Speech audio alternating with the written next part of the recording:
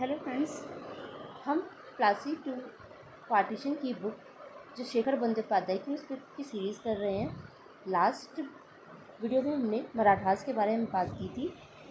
ये ऐसे स्टेट्स थे जो रेबल स्टेट्स माने जाते थे और उन्होंने अपने लिए एक ऑटोनोमस रीजन की शुरुआत की थी। तो उसमें मराठास के बाद हम सिख्स की बात करेंगे। अब सिखिज़म का एग्जिस्टेंस हम देखते हैं पहले। तो भक्ति मूवमेंट जिसकी शुरुआत तमिलनाडु से हुई थी 7 to 12 सेंचुरी के बीच में, जिसकी एग्जिस्टेंस हम अलवर और नयनार्स की जो पोएम्स है उसमें हमें मिलते हैं। तो जो शंकराचार्य थे 9th सेंचुरी में, ये भक्ति मूवमेंट को नॉर्थ इंडिया तक फैलाएंगे।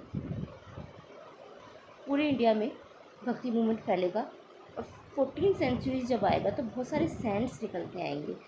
उन्हीं में से थे एक गुरु नानक जी। गुरु नानक जिनका जन्म 1469 में हुआ था, वो इनर डिवोशन और इक्वालिटी की बात करेंगे और सिख कम्युनिटी की नींव रखेंगे। शुरुआत में ही तो ये काफ़ी फ्लोरिश करेगा। और आपने जहाँ तक सुना होगा, जो हरमंदिर साहिब है, गोल्डन टेम्पल, उसकी लैंड भी अकबर ने ही दी थी। तो काफ़ी टॉलरेंस रहेगा, काफ़ी प्रॉस्पर करेगा। पर जब ये औरंगज़ेब का टाइम आएगा तो ये कम्युनिटी काफ़ी ग्रो करने लगेगा। जब ये कम्युनिटी ग्रो करेगा तो ये रूलर को अच्छा नहीं लगेगा, औरंगज़ेब को अच्छा नहीं लगेगा। और ये 1675 में जो 9th गुरु है, गुरु तेग बहादुर, उनको एग्जीक्यूट कर देगा दिल्ली में। आप कभी चांदनी चौक गए होंगे तो वहाँ पे एक गुरुद्वारा है शीशगंज। शीशगंज में ही गुरु तेग बहादुर को एग्जीक्यूट किया गया था। जो 10th गुरु आएंगे, गुरु गोविंद सिंह, तो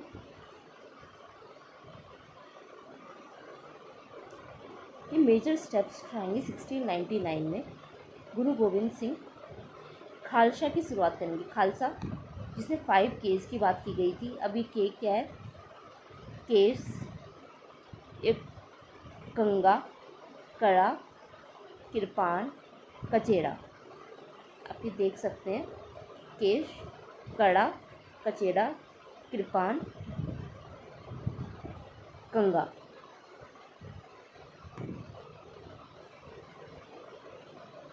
ठीक है, तो ये खालसा की शुरुआत करेंगे। खालसा एक मिलिट्री बना देंगे, मिलिट्री ऑर्गेनाइजेशन बना देंगे सिख्स को, ताकि वो खुद की डिफेंस कर सके। अब इसकी ज़रूरत क्यों पड़ी?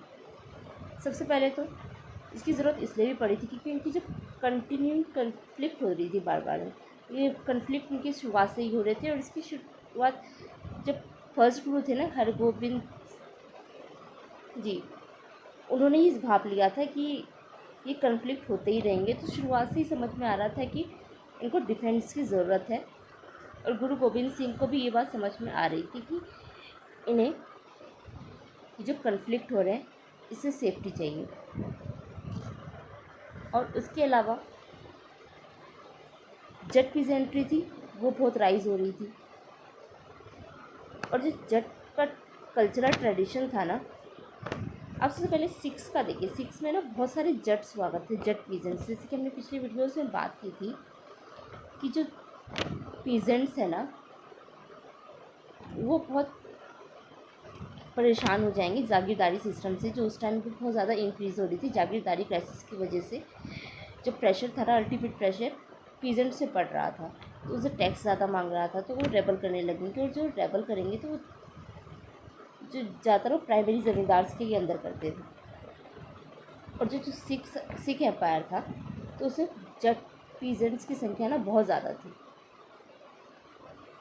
तो उसमें जट पीजेंट्स में उनकी संख्या बहुत ज़्यादा बढ़ चुकी थी सिख कम्युनिटी में। और जो सिख जट ट्रेडिशन का ना कल्चर का एक पार्ट था, I am sorry if I offend anyone, तो इनका एक पार्ट था जिसकी लाठी उसकी भैंस, ये कहा जाता। सिंपल सा वर्ड है, जिसकी लाठी उसकी भैंस। जिसकी कोई डिस्प्यूट हुआ, जो पावरफुल होगा फैसला उसके हक में आएगा। तो एक इनका पार्ट था कि ये आर्म्स उठाएंगे और अपने राइट्स को देखेंगे और ख़ुद को सेफ गार्ड करेंगे। और जो खतरी ट्रेडर्स थे, अब ये ट्रेडर्स थे, इनको कोई मतलब नहीं था ज़्यादातर चीज़ों से। इनको चाहिए था कि जो इनका ट्रेड रूट है वो काफ़ी सिक्योर रहे, इनकी जो बिजनेस अपॉर्चुनिटीज़ हैं वो सिक्योर रहे, पॉलिटिकल स्टेबिलिटी रहेगी तो ये अपना ट्रेड अच्छा कर सकते हैं। तो इसलिए भी ये इनको सपोर्ट कर रहे थे।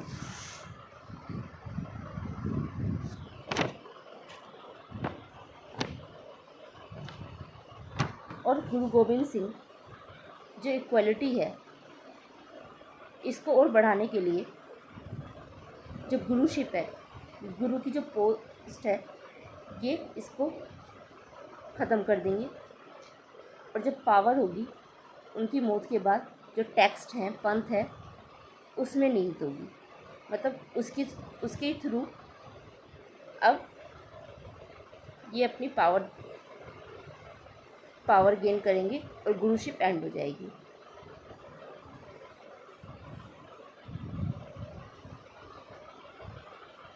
तो जब हम बाद में ये देखेंगे कि सिख जो है ना अपनी सोशल एंड पॉलिटिकल आइडेंटिटी को गेन करना शुरू कर देंगे। और ये कन्फ्लिक्ट में गुरु गोविंद सिंह मुगलों के साथ तब आएंगे जब एक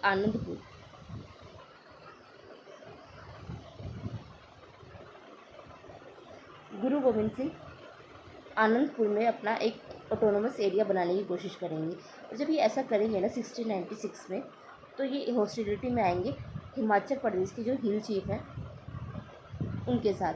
तो जो हिमाचल के हिल चीफ होंगे ये मुग़लों के पास जाएंगे।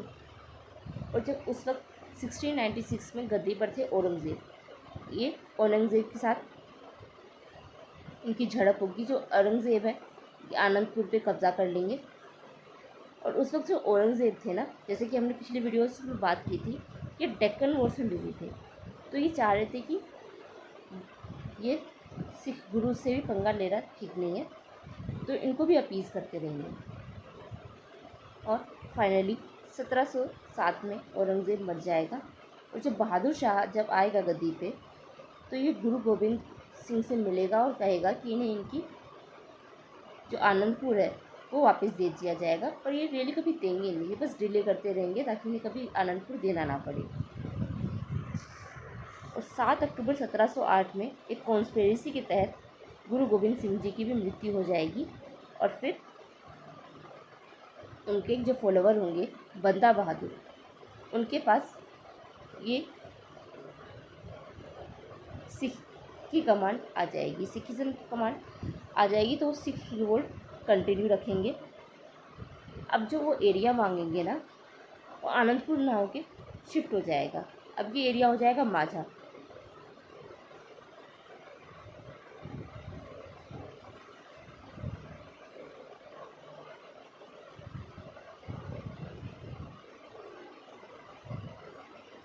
ये एरिया हो जाएगा माझा। माझा एक एरिया है, आप अपनी बुक में देख रहे होंगे, ये ब्यास और रिवर के बीच में आती है।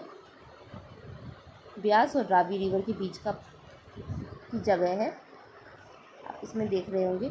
और दोआब जो है सतलज और ब्यास के बीच की जगह है, समवेयर हियर, ठीक है।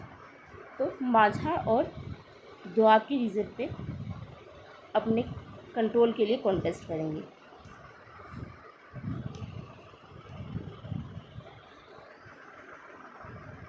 और ये ऐसी जगह होती है ना जहाँ पे जट पीजेंट्स ना बहुत बड़ी संख्या में थे, ठीक है। आप देख रहे होंगे कि जट पीजेंट्स किस तरह से सिख कम्युनिटी में डोमिनेंट रहेंगे इस टाइम पर। हालांकि सबके सब बंदा बहादुर को सपोर्ट नहीं करेंगे, पर जिसका मेन सपोर्ट बेस था ना वो मलगुजारी ज़मींदार होंगे। जैसे कि हमने अभी बात की थी कि जो ऑपरेशन जिन्हें प्रेशर पड़ा था टैक्स का, वो थे पीजेंट्स। और जो पीजेंट्स थे ना सबसे पहले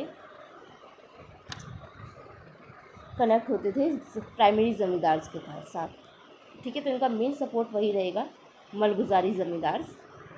और एक साल में ये समझने को मिलेगा कि बहुत बड़ा हिस्सा जमुना से रावी तक के रिवर के बीच का हिस्सा इनके इन्फ्लुएंस में आ जाएगा। और जो बड़े बड़े अपॉइंटमेंट्स थे ना, फौजदार, दीवान हो गए, करदार्स हो गए। करदार्स एक्चुअली ना, जो करदार्स लिखा है आपकी बुक में, ये रिवेन्यू ऑफिसर हुआ करते थे।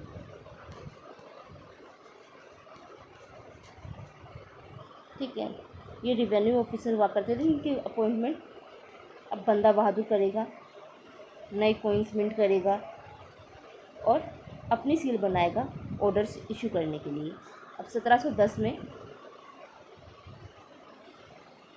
बहादुर शाह आएगा, इस रिवोल्ट को क्रश करने की कोशिश करेगा पर फेल हो जाएगा।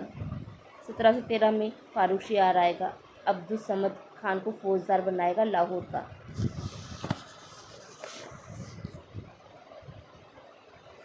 पर जब अब्दुल समद खान आएगा ना लाहौर पे, तब तक ना बंदा बहादुर भी काफ़ी वीक हो चुका होगा। अब इसका वीक होने का ना कई कारण था। एक तो कहते हैं कि उनके अंदर ही काफ़ी ग्रुपिंग हो गई थी, मतलब कई ऐसे ग्रुप सामने आ चुके थे जो बंदा बहादुर को पसंद नहीं करते थे। एक्चुअली बंदा बहादुर भी उस वक्त, अब कहते हैं जो गुरु की जो ऑर्डर्स थे ना, उसके अगेंस्ट जा रहा था। उसमें से थे, जैसे कुछ की तो बात हम यहाँ करते हैं। जैसे आपने कभी सुना होगा, वाहे गुरु जी की फतेह, वाहे गुरु जी का खालसा, वाहे गुरु जी की फतेह। इसकी जगह ये लेकर आएगा फतेह दर्शन, जो कम्युनिटी को पसंद नहीं आएगा। ऐसे ही कई सारे इनोवेशन करने की कोशिश करेगा, खुद की पावर को कौन से राइट करेगा, और जो इक्वालिटी थी ना, जो उसके खिलाफ होगा। इसकी वजह से जो कई ग्रुप्स होंगे ना, वो इसको पसंद करना बंद कर देंगे और इसके अगेंस्ट हो जाएंगे। उसमें सबसे बड़े नाम जैसे आएंगे, जट ज़मींदार आएंगे। जट ज़मींदार, उसमें से भी एक था चूड़ामन जट था जो आगरा का, वो सीधे सीधे इसके अगेंस्ट हो जाएगा। खतरी बिजनेस क्लास, इनको चाहिए था, जैसे कि हमने अभी बात की थी, इनको पॉलिटिकल स्टेबिलिटी चाहिए थी, सिक्योरिटी चाहिए थी, ताकि अपना ट्रेड कर सके, बिजनेस को आगे बढ़ा सके। पर ऐसा कुछ हो नहीं रहा था। और जो मुग़ल थे ना उस टाइम पे, इजारादारी सिस्टम को ले आएंगे, तो जिससे जो खतरी क्लास थी ना, ये रिवेन्यू फार्मर्स बन जाएंगी और उनको प्रॉफिट अपना दिखने लगेगा। और जो अपना इंटरेस्ट है ना, इनको समझ में आने लगेगा कि हमें यहाँ पे ज़्यादा फ़ायदा है, तो ये भी बंदा बहादुर के अगेंस्ट हो जाएंगे। हालांकि सब अगेंस्ट नहीं होंगे, पर एक बहुत बड़े तबके अगेंस्ट हो जाएंगे। और फारूक शियार इसका बहुत एडवांटेज लेगा। जो खतरीज बिजनेस क्लास है, इसको अपनी कोर्ट पॉलिटिक्स में ऐड कर लेगा, नोबल बना देगा, बड़ी पोस्ट दे देगा। और जो गोविंद सिंह की जो विडो है ना, इनको भी भड़काना शुरू करेगा बंदा बहादुर के अगेंस्ट में। पर कहा जाता है ये इतना इम्पोर्टेंट नहीं था, क्योंकि ज़्यादा उसको धक्का तब पहुंचेगा जब जमींदार और खतरी बिजनेस क्लास था ना, जब इसके अगेंस्ट हो जाएंगे, तो वो इसको के लिए बड़ा धक्का रहेगा। और 1715 का टाइम आता है, तो ये इसको सरेंडर करना पड़ेगा अब्दुल समद खान के सामने। और मार्च 1716 में इसको दिल्ली में ला के एग्जीक्यूट कर दिया जाएगा। तो बंदा बहादुर की कहानी यहाँ पर हो जाएगी ख़त्म। तो जब बंदा बहादुर मरेंगे, तो कोई भी लीडर वहाँ पे अवेलेबल नहीं होगा जो कोई आ सके और सेंट्रलाइज पावर बना सके। और स्टिल जो सिख चीफ्स होंगे वो स्टिल डोमिनेट करेंगे और बहुत सारे टुकड़ों में बट जाएंगे और वहाँ पे राज करेंगे। तो अब्दुल समद खान का बेटा आएगा ज़कारिया खान, तो इससे कुछ होगा नहीं। अहमद शाह अब्दाली आएगा, और जैसे कि हमने पहले बात की थी, अब्दुल शाह अब्दाली की सेना उतनी एफिशिएंट थी नहीं।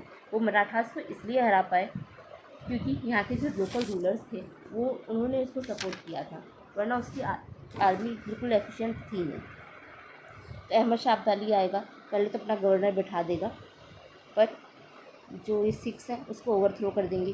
1765 में ये फिर आएगा और इसको एक भी लड़ाई लड़े बिना वो वापस वहाँ से निकल जाएगा और इसकी भी कहानी यहीं पर हो जाएगी 1765 में ख़त्म।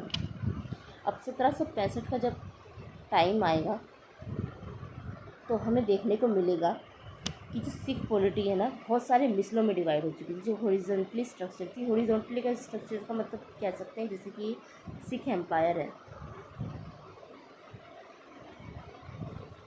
सिख एम्पायर है तो बहुत सारे मिसल बन गए। मतलब यहाँ पे यहाँ पे यहाँ पे यहाँ पे सब ने अपने छोटे छोटे एरियाज़ में अपनी अपनी इंडिपेंडेंस घोषित कर दी और सब अपने अपने अपने एरियाज़ में राज कर रहे हैं। तो ये जब मिस कोई भी आगे अपना एरिया बढ़ाता था ना तो जो टेरिटरी गेन करते थे, तो जो टेरिटरी गेन करते थे ना तो उस टेरिटरी का जो प्रॉफिट होता था ये आपस में सबको बांटते थे। यहाँ तक कि कोई छोटा सा सोल्जर भी है ना उसको भी प्रॉफिट होता था, उसको एक पट्टी मिल जाती थी जिसका मतलब था एक छोटा सा लैंड और उस पर उसको राइट मिल जाते थे।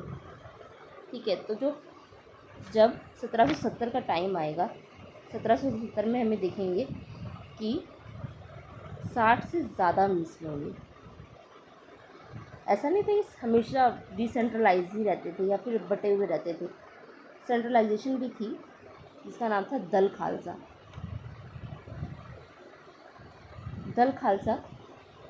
दल खालसा में एक लीडर चुनते थे और जब ज़रूरत पड़े तो सब एक होकर लड़ते थे, जैसे कि अब्दाली के टाइम पे ये लोग करते किया था इन लोगों ने कि सब एक हो गए थे और अब्दाली को इन्होंने भगा दिया था। खैर मोर ओवर देखिए ज़्यादातर ये डिसेंट्रलाइज्ड ही रहे, हॉरिजॉन्टली डिस्पर्ड थे अनटिल कि रंजीत सिंह जब आएगा। रंजीत सिंह का जन्म देखिए तो 1780 में इसका जन्म होता है और जब ये सिर्फ 18 या 19 साल का रहा होगा ये सारी मिसलों को अपने अंदर मिला लेगा और एक चीफ की तरह उभर के सामने आएगा और रूल करेगा। इसको अपनी पावर दिखाने का सबसे पहले मौका मिलता है जब ज़मन शाह आता है। ज़मन शाह अब्दाली का सक्सेसर था, यहाँ आया था पर इसको भगा देगा रंजीत सिंह। और जब ज़मन शाह के खिलाफ ये पावर शो करेगा ना तो इसकी पावर देखने लायक होगी कि इसकी आर्मी इतनी एफिशिएंट होगी, जो इसके पास अच्छी नई तरह की तोपें हैं, आर्मी है, वेल ट्रेंड है, यूरोपियन ऑफिसर्स के द्वारा ट्रेन किया गया है। तो इसकी अच्छी खासी आर्मी और पावर देखने को मिलेगी जब ज़मन शाह को ये हरा के यहाँ से भगा देगा। और इसको एक और अपॉर्चुनिटी मिलेगी ट्रीटी ऑफ अमृतसर में। अब इसकी लोकेशन देखें, ये सिख एम्पायर है। टाइम चल रहा था 1809। 1809 में रशिया उस वक्त प्लान बना रहा था कि वो भी इंडिया आके ट्रेड करेगा। सबको दिख रहा था पूरी दुनिया में कि इंडिया कितना ज़्यादा रिच है और ब्रिटिशर्स वहाँ से पैसा भर भर के लेके जा रहे हैं अपने देश में। तो सबको लालच आ रहा था कि हमें भी इंडिया जाके खूब सारा बहुत कम टाइम में बहुत सारा पैसा कमाना है। तो इसलिए ब्रिटिशर्स से थे ना जो थोड़े डरे हुए थे और वो चाह रहे थे कि फ्रेंच की पावर पूरी तरह से यहाँ पे ख़त्म हो जाए, रशिया यहाँ पे ना आए। तो वो एक सिख एम्पायर को एक बफर स्टेट की तरह बनाना चाहते थे। वो चाहते थे सिख एम्पायर इतना तो मजबूत हो कि अगर रशिया कभी अटैक करे तो ये सिख्स उसको यहीं से भगा दें। ठीक है, तो इसकी वजह से भी ट्रीटी ऑफ अमृतसर होगी जिसमें इंग्लिश रिकॉग्नाइज कर देंगे sole sovereign ruler of Punjab. मतलब पंजाब का ये रूलर इसको पूरी तरह से ये बन जाएगा। इसको मौका मिल जाएगा मुल्तान और कश्मीर से अफ़गानियों को पूरी तरह से हटाने का। और जो सिख चीफ्स थे ना जिसके खिलाफ थे उनको भी, उनकी पावर को भी कम करने का इसको यहाँ पे मौका मिल जाएगा। तो बाद में हम इसको देखेंगे जब इसकी पावर है ना लद्दाख, कराकोरम,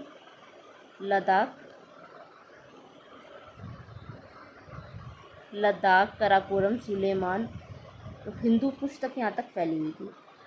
हिंदू कुश, सुलेमान, मतलब इसकी पावर बहुत ज़्यादा बढ़ चुकी थी।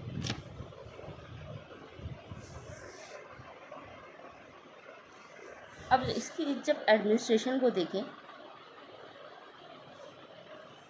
तो ये पूरी तरह से वैसे जैसे मराठास में हमने देखा था एक मिक्सअप था कि मुग़ल सिस्टम को ये पूरी तरह से नहीं हटाएगा और लोकल ट्रेडिशन भी बरकरार रहेंगी। तो ऐसा मिक्सअप देखने को मिलेगा, जैसे कि कोई लोकल रूलर है, कोई लोकल चीफ है, उसके पास उसके राइट्स होंगे और वो भी होगा, जैसे कि जागीरदारी सिस्टम हमने पढ़ा था। तो जो इसका लैंड रिवेन्यू का बड़ा हिस्सा होगा ना, 40% जाएगा जागीर, स्टिल जागीर्स के पास जा रहा होगा, और जो 60% होगा ना वो करदार्स के थ्रू स्टेट में आएगा। करदार्स मैंने अभी बताया कि रिवेन्यू ऑफिसर्स होते थे। और इस टाइम को देखें तो स्टिल लैंड रिवेन्यू सबसे बड़ा सोर्स रहेगा कि स्टेट की इनकम का। ओके, तो dualism between national and local system of governance, जैसे कि हमने अभी बात की, नेशनल और लोकल सिस्टम ऑफ गवर्नेंस होगी, डिसेंट्रलाइजेशन भी होगी पर स्ट्रॉन्ग सेंटर होगा। और चीज़ें बस यहीं तक सीमित नहीं रहेंगी, उस मोनार्किकल स्टेट होगी, पर जो नॉन खालसा सिख हैं इनको सहजधारी भी बोलते थे। जो सहजधारीज हैं, जो नॉन खालसा सिख हैं, उनको भी अपने पॉलिटी में शामिल करेगा। उनकी भी अच्छी खासी पकड़ होगी एडमिनिस्ट्रेशन में। जैसे कि हमने मुगलों में पढ़ा था कि वो जो अगेंस्ट भी होते थे ना, अगेंस्ट भी होते थे ऐसे लोग, जैसे कि कोई नॉन बिलीवर है या फिर अपने एरिया का चीफ है, उनसे उनकी ज़मीनें नहीं छीनते थे, उनको उनके राइट्स बरकरार रहते थे। तो यहाँ पे भी सेम चीज़ें होंगी।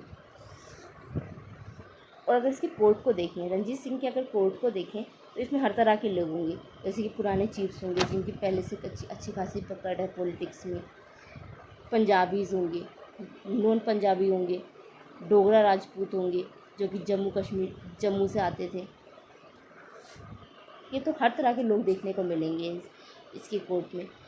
ये चीज़ें बहुत अच्छी तरह से काम करेंगी, बहुत एफिशिएंट होगा एडमिनिस्ट्रेशन। और ये बस तब तक होगा जब 1839 में रंजीत सिंह की मृत्यु नहीं हो जाएगी।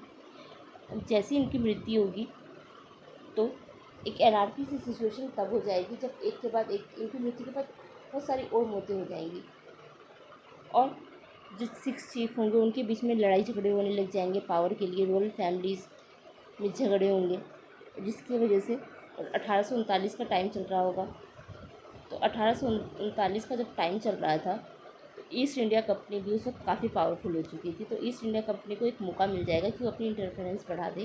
खैर, ये आगे की स्टोरी हम कुछ टाइम बाद पढ़ेंगे, इसी बुक में है। ठीक है, थैंक यू सो मच।